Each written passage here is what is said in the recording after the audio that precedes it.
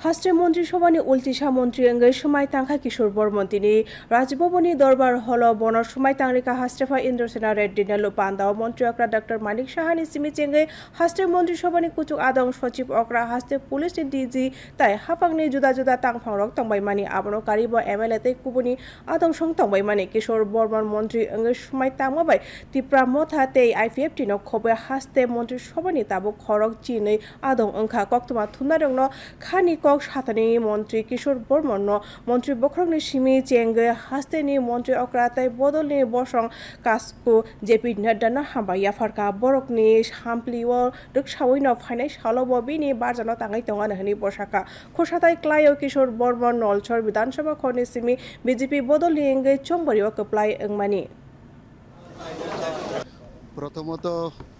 এত বড় দায়িত্ব এবং এত বিশ্বাস আমার উপর রাখার জন্য আমাদের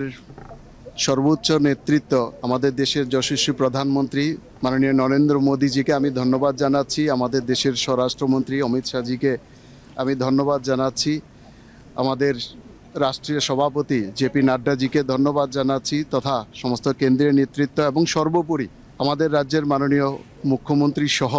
সম্পূর্ণ রাজ্য নেতৃত্বকে আমি কৃতজ্ঞতা জ্ঞাপন করছি এত বড় দায়িত্ব আমার উপর অর্পণ করার জন্য। আশা করি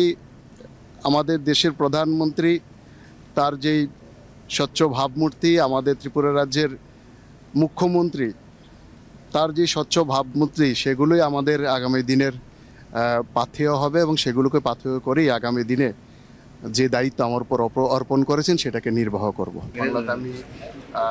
দলের কাজে সংগঠনের কাজে ছিলাম, নির্বাচন জেতানোর কাজে ছিলাম, সেখানে আমি প্রশাসনিক কাজে ছিলাম না। তো সেটাও সাংগঠনিক কাজও অনেকটা প্রশাসনিক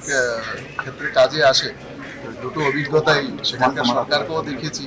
আবার ত্রিপুরাতে 2021-এ আসার পর থেকে আমাদের সরকারের সাথেও বিধায়ক হিসাবে আমি কাজ করেছি।